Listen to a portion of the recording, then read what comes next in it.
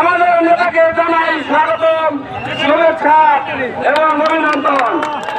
সম্মানিত ভাইরা, আপনারা দীর্ঘক্ষণ যাবৎ কষ্ট করছেন আগমন উপলক্ষে দেখার জন্য। আপনারা ধৈর্য ধরুন, শৃঙ্খলা থাকুন এবং কেউ শৃঙ্খলার সাথে আমাদের সাথে নেতার সাথে